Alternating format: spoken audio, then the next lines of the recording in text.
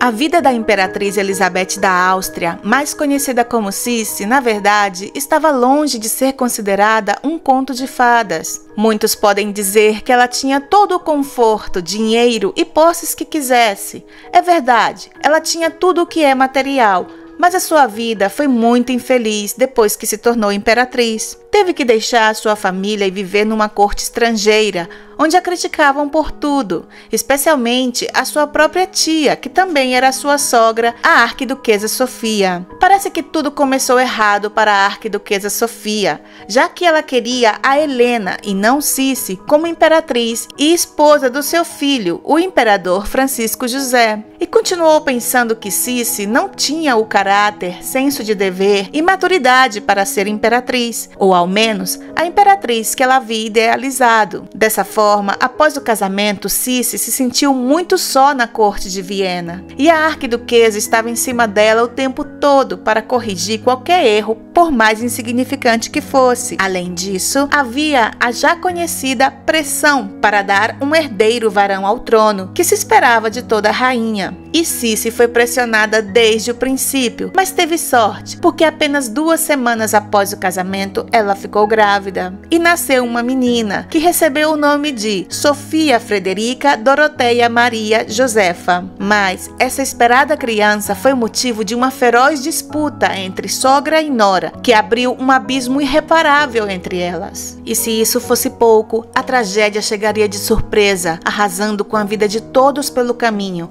e seguramente foi a partir daí que o medo, a tristeza e a culpa acompanhariam a imperatriz até o fim dos seus dias. Hoje no História e Biografia, vamos ver um pouco do que aconteceu durante a breve vida de Sofia da Áustria, a primeira filha da imperatriz Sissi e do imperador Francisco José.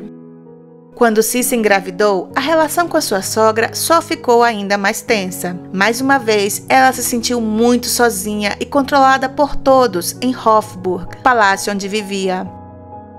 O imperador Francisco José mal tinha tempo para ficar com a sua esposa, pois a Guerra da Crimeia tomava todo o seu tempo. Naquela época, também havia a complicada situação de que a Rússia havia virado inimigo da Áustria, e isso deixava o imperador nervoso e preocupado. A arquiduquesa Sofia tratava sua nora com a mesma severidade de sempre, mas agora com a gravidez ficou ainda pior. No intuito de mostrar que a Áustria já tinha um herdeiro a caminho, Sofia exigia que Sissi exibisse a sua gravidez por onde fosse. Anos depois, Elizabeth recordaria: "Cada vez que ela chegava, me fazia descer ao jardim para me explicar que o meu dever era marcar bem a minha barriga, para que as pessoas vissem que eu estava grávida mesmo. Era terrível. E cada vez que eu ficava sozinha, sentia um grande alívio e podia lamentar e cair aos prantos." Sofia, a sogra, estava cheia de esperanças e expectativas com a chegada de um príncipe herdeiro, e por isso se mostrava ainda mais controladora com a nora e se intrometia em tudo. No dia 29 de junho de 1854, Sofia envia uma carta ao seu filho imperador, dizendo: "Eu acho que a Sissi não deveria passar tantas horas com os papagaios, porque especialmente nos primeiros meses de gravidez é perigoso estar entre determinados animais, já que o bebê pode nascer com a cara deles. É conveniente que ela se olhe muito no espelho, ou que ela olhe para você. Se ela fizer isso, meu filho, eu ficarei muito satisfeita." Ela também proibiu Sissi de ficar perto dos seus amados cães, que eram da raça dog alemão. Eles a seguiam por todas partes e entravam em seus aposentos. Sissi tinha 17 anos quando, no dia 5 de março de 1855, deu à luz a uma menina forte e saudável, que recebeu o nome da avó, Sofia. Ela também foi a madrinha da menina, que foi batizada em seguida. Logicamente, Sofia já havia preparado tudo, e o seu filho o imperador aprovava. Porém, ninguém perguntou a opinião de Sissi, se ela concordava com a escolha do nome e da madrinha da sua primeira filha. Curiosamente, a mãe de Cici, a duquesa Ludovica, não estava presente e não se sabe se foi a própria Ludovica que não quis comparecer a este momento tão importante da filha, já que ela não queria ofuscar a sua dominadora irmã Sofia. Outros dizem que foi a própria Sofia que pediu que a sua irmã Ludovica não comparecesse, que ela mesma cuidaria de tudo. O certo é que a ausência da mãe de Cici no nascimento do seu primeiro filho foi muito comentada, e Ludovica só viu a sua netinha pela primeira vez quase 6 meses depois. A arquiduquesa Sofia estava radiante e se apegou muito a essa criança. E quando a menina nasceu, ela mandou instalar o quarto da bebê nos seus aposentos, alegando que a mãe Cici era muito inexperiente e tinha que se preocupar de dar um herdeiro homem ao império. Essa decisão da arquiduquesa abalou muito Cici, que não pôde contar nem com o apoio do seu marido, que preferiu ficar do lado da sua mãe. Sofia, que tinha um diário onde escrevia todos os assuntos políticos do dia, começou a escrever sobre a netinha, o seu primeiro sorriso, os dentes que iam nascendo. A arquiduquesa havia perdido a sua única filha menina, Maria Ana, quando ela tinha apenas 4 anos, e muito provavelmente, por isso, ela tenha tratado a neta como se fosse a sua própria filha. No ano seguinte, Cici engravidou novamente, e para a decepção do imperador, que queria um menino, ela deu à luz a outra menina, que recebeu o nome de Gisela. Dessa vez, foi a própria Cici quem escolheu o nome da menina. Ela ficou muito feliz com o nascimento das suas filhas, e pela primeira vez depois da sua chegada à corte austríaca, podia-se notar certa felicidade no rosto da imperatriz. Mas a sua sogra se intrometeria uma vez mais na felicidade da imperatriz. Sofia continuava achando que a nora não era apta para cuidar das suas próprias filhas e a considerava muito imatura e instável para criar as futuras princesas. Além disso, ela achava que Cici, como imperatriz, deveria se dedicar exclusivamente ao seu povo e ao seu marido e não podia perder tempo cuidando das filhas. Com esse pensamento, novamente decidiu cuidar ela mesma dessa outra neta e ordenou instalar o quarto da menina nos seus aposentos, como fez com a primeira neta, proibindo Cici desde um princípio até mesmo de amamentar as meninas. Sofia estava decidida em educar as meninas de acordo com a tradição da corte austríaca. Naturalmente, isso provocou uma tensão imensurável entre nora e sogra. Cici protestava e reclamava, dizendo que as filhas eram dela. Porém, o imperador dizia que as coisas deveriam ser como a sua mãe havia determinado. Era uma situação muito difícil para qualquer mãe, pois quando Cici queria ver as filhas, ela tinha que ir até os aposentos da sogra, que eram muito longe dos seus, e tinha que ser num determinado horário que a arquiduquesa estabelecia, e Cici não podia estar nem um minuto a sós com as crianças, porque sempre havia pessoas ao redor, como empregados e visitantes que vinham ver as meninas. A imperatriz se sentia completamente desrespeitada e ignorada, não podendo opinar na escolha das babás que iriam cuidar das suas próprias filhas. A arquiduquesa também escolheu o médico das meninas, o Dr. Seeburger, que Cici desaprovava por seus métodos totalmente antiquados. Cici se preocupava principalmente com a saúde da sua filha mais velha, que aparentava estar muito doente e vomitava com frequência. Ela reclamava, e com razão, pois o quarto das meninas era insalubre, quase não tinha luz natural e nem ventilação, porque o médico achava que as correntes de ar e as mudanças de temperatura eram prejudiciais para as meninas. Naquela época, Cici era muito tímida e insegura, era submissa ao marido e tinha muito medo da sogra. Mas com o passar do tempo, a situação ficou insuportável devido à separação de suas filhas. Então ela pediu ao imperador que tomasse alguma atitude em relação a isso. Francisco José tomou coragem e escreveu uma carta à sua mãe dizendo: "Eu imploro sinceramente que a senhora seja mais justa com a Cici. Ela é uma esposa e mãe tão dedicada. Se você considerar o assunto com calma, talvez compreenda a dor que nos causa ver nossas filhas praticamente trancadas em seus aposentos, enquanto a pobre Cici é obrigada a ir até lá para raramente encontrar as meninas sozinhas. Além disso, Cici não tem absolutamente nenhuma intenção de lhe privar de vê-las, e ela especialmente me pediu para lhe dizer que as pequenas estarão sempre à sua disposição." Pela primeira vez, o imperador desafiou sua mãe em relação a esse assunto.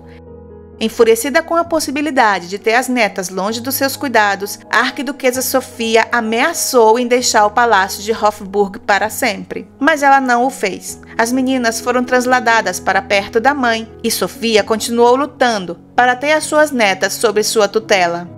Ela começou a atormentar ainda mais a imperatriz para ter um herdeiro varão. O fato de Sissi ter tido 2 meninas e não ter gerado um herdeiro homem a tornava cada vez mais indesejada no palácio. Um dia, ela encontrou um panfleto em sua mesa com as seguintes palavras: "O destino natural de uma rainha é dar um herdeiro ao trono. Se a rainha tiver a sorte de fornecer ao Estado um príncipe herdeiro, este deve ser o fim da sua ambição. Ela não deve de forma alguma se intrometer no governo de um império, cujo cuidado não é tarefa das mulheres. Se a rainha não tiver filhos, ela é apenas uma estrangeira no estado, e uma estrangeira muito perigosa, pois como ela nunca será vista com bons olhos e deve apenas esperar ser enviada de volta para o lugar de onde veio, ela buscará ganhar o rei por outros meios, que não são os naturais. Ela lutará por sua posição e poder, por meio da intriga e da semeadura da discórdia para o mal do rei, da nação e do império." A nota não estava assinada, porém, todos pensaram que era obra da arquiduquesa Sofia. Por outro lado, diante da delicada situação de isolamento que a Áustria enfrentava depois do fim da Guerra da Crimeia e os movimentos de independência que ameaçavam sobre o Império, o imperador decidiu reconquistar as suas províncias mais problemáticas, Lombardia e Veneza. No inverno de 1856, Francisco José e a sua esposa viajaram para os domínios dos Habsburgos na Itália, a fim de mostrar o seu poder militar. A viagem durou 4 meses. Sissi não queria se separar das filhas por tanto tempo, mas a arquiduquesa Sofia dizia que as meninas não iriam a essa viagem. Sissi não conseguiu levar Gisela, a mais nova, mas conseguiu levar Sofia. Eles se hospedaram nos antigos palácios de Milão e Veneza e ali exibiram o grande esplendor da sua corte. Nessa viagem, Sissi, que estava acostumada com recepções calorosas, percebeu o clima de tensão que reinava naqueles territórios. Apesar de todos os esforços do casal imperial de demonstrar amizade e proximidade, eles só viram desconfiança e ódio por toda parte. O povo estava cansado da ocupação do seu país, e as aparições do casal sempre eram acompanhadas de uma grande comitiva militar, que os italianos consideravam uma provocação. A imperatriz Elizabeth assumiu seu papel e, apesar do clima de hostilidade, ela não se esquivou das recepções oficiais e até acompanhou o marido para ver suas tropas. O momento mais complicado foi em Veneza, quando os soberanos receberam um perturbador e grande silêncio da multidão quando visitavam a Basílica da Gran Piazza San Marco. O cônsul inglês enviou este comentário a Londres: "O povo foi apenas para ver a imperatriz, que tinha uma beleza lendária." Poucas semanas depois de visitar a Itália, o casal imperial partiu para a Hungria. As relações entre Viena e Budapeste haviam sido extremamente tensas desde 1848, quando a rebelião da aristocracia húngara foi brutalmente reprimida pelo exército e muitos nobres foram executados. A corte de Viena, que era totalmente controlada pela arquiduquesa Sofia, era extremamente anti-húngara. A imperatriz Sissi, por sua vez, sentia simpatia pelo povo, por sua coragem e orgulho. A viagem era arriscada, mas o imperador estava convicto de que o charme e a beleza de sua esposa cativariam os rebeldes. Dessa vez, Sissi quis levar as 2 filhas, já que ficariam 4 meses fora, e isso causou um novo confronto com a sogra. A arquiduquesa era totalmente contra as netas fazerem uma viagem tão longa e exaustiva e temia que o clima do Rio fosse prejudicial para elas. Mas desta vez, Sissi finalmente conseguiu o que queria e as meninas os acompanharam. A viagem foi feita de barco no Danúbio até a atual Budapeste, que naquela época eram 2 cidades, Buda e Peste, que foram unidas em 1873. Sissi era apaixonada por Hungria e se sentiria unida àquele país para sempre. Eles foram recebidos com carinho e respeito, apesar da tensão política que pairava naquele ambiente. A paixão e habilidade de Cici pela equitação despertava uma grande admiração na Hungria. Um certo dia, enquanto ela assistia a um desfile militar com o marido a cavalo, o público a aplaudiu com muito entusiasmo. Em contraste, os membros da comitiva imperial de Viena ficaram horrorizados ao ver a sua imperatriz montada a cavalo. Achavam aquela atitude tão imprópria de uma soberana que somente aumentou ainda mais o desprezo que tinham por ela. Essa primeira viagem oficial da imperatriz à Hungria ficaria marcada pela tragédia. Quando o casal imperial se preparava para visitar as províncias húngaras, a pequena Sofia, de 2 anos, adoeceu com febre e disenteria. E apesar da grande preocupação dos seus pais, o Dr. Seeberger assegurou-lhes de que não era nada sério e que a sua doença era devido à dentição. Mas a saúde da menina piorou ao longo dos dias. A viagem para o interior foi cancelada e Cici não saiu de perto da sua filha, que estava extremamente debilitada. E após 12 horas de agonia, a criança parou de chorar e finalmente deu seu último suspiro, morrendo nos braços da mãe. Provavelmente devido à desidratação por diarreia ou convulsões causadas por febre alta. No entanto, acredita-se que a causa da morte da menina foi por febre tifoide. Cici ficou completamente desesperada, insultou o médico e chorou desconsolada, se culpando pela morte da filha. Francisco José, em choque, somente pôde observar aquela cena tão terrível da mãe chorando com a filha morta nos braços. Nossa garotinha já está na sua morada celeste. Estamos completamente devastados. Cici está resignada perante os desígnios do Senhor, telegrafou Francisco José à sua mãe Sofia. O casal voltou imediatamente a Viena com a sua comitiva, levando o pequeno caixão com o cadáver da menina. Após essa tragédia, a imperatriz tentou demitir o médico Seeberger, pois o considerava antiquado e incompetente e o culpava pela morte da filha. Mas sua sogra não iria permitir, e o médico, que era muito respeitado na corte de Viena, continuou em sua posição. A pequena arquiduquesa Sofia de Habsburgo e Lorena, de apenas 2 anos de idade, foi velada e solenemente enterrada na cripta dos Capuchinhos em Viena, onde repousam os restos mortais dos membros da Casa Habsburgo. Francisco José, atendendo o conselho do médico, decidiu que a sua esposa não deveria comparecer ao funeral para não agravar ainda mais o seu delicado estado de saúde. Cici não tinha forças para visitar o local onde a sua filha foi enterrada durante o seu doloroso luto. Mas em setembro de 1858, a sua prima Margarete da Saxônia, que era esposa de um irmão de Francisco José, faleceu. Ela era uma jovem de apenas 18 anos e Cici gostava muito dela. Apesar de sua saúde debilitada, a imperatriz decidiu ir ao funeral da sua prima na cripta dos Capuchinhos. Mas, na verdade, o que ela realmente queria era ver onde estava o túmulo da sua filha mais velha. Ao descer uma escada estreita, sombria e iluminada por tochas até o recinto mortuário que abrigava os sarcófagos da realeza austríaca, ela encontrou um lugar sinistro. Um sótão, frio e úmido, era o destino reservado para todos os Habsburgos. Naquele mesmo momento, Cici começou a ficar obcecada com a ideia da morte e dizia que não queria ser enterrada na cripta imperial. Porém, nem na morte ela conseguiu se libertar das regras inquebrantáveis que governavam a corte de Viena, e o corpo da imperatriz também repousaria anos depois, naquele sombrio mausoléu familiar. A imperatriz Cici entrou em uma grave depressão após a morte repentina da filha, e isso marcaria sua história para sempre. Ela estava inconsolável, se isolava e chorava sem parar, e com o tempo se recusaria a comer. Ninguém podia aliviar o profundo sentimento de culpa que ela sentia por ter exposto a sua filha a uma viagem tão arriscada.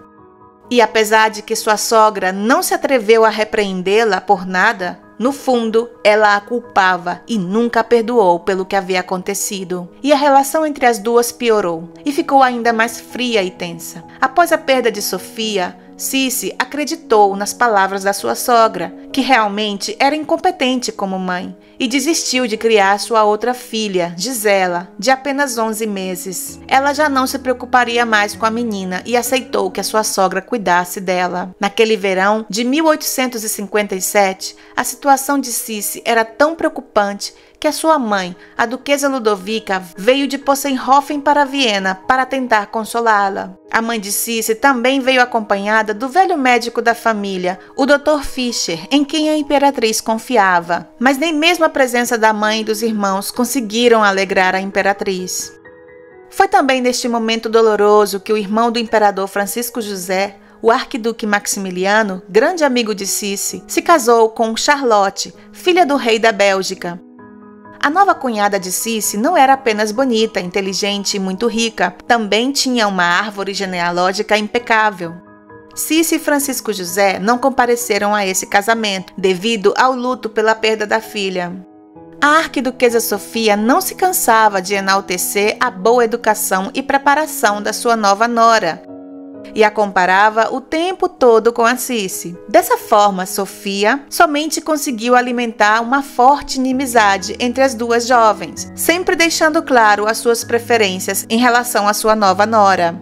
No final desse terrível ano de 1857, a situação de Sissi na corte só piorava, e ela era cada vez mais impopular. Mas tudo mudou com a notícia de que ela estava grávida. Todos ficaram felizes e vieram parabenizá-la. A imperatriz deu à luz ao herdeiro do trono imperial em sua residência de Luxemburgo, no dia 21 de agosto de 1858. O menino foi batizado com o nome de Rodolfo, em memória do primeiro imperador da dinastia Habsburgo. Esse nascimento tão esperado foi motivo de grande alegria na corte de Viena e entre o povo, que recebeu generosas doações pelo nascimento do herdeiro ao trono.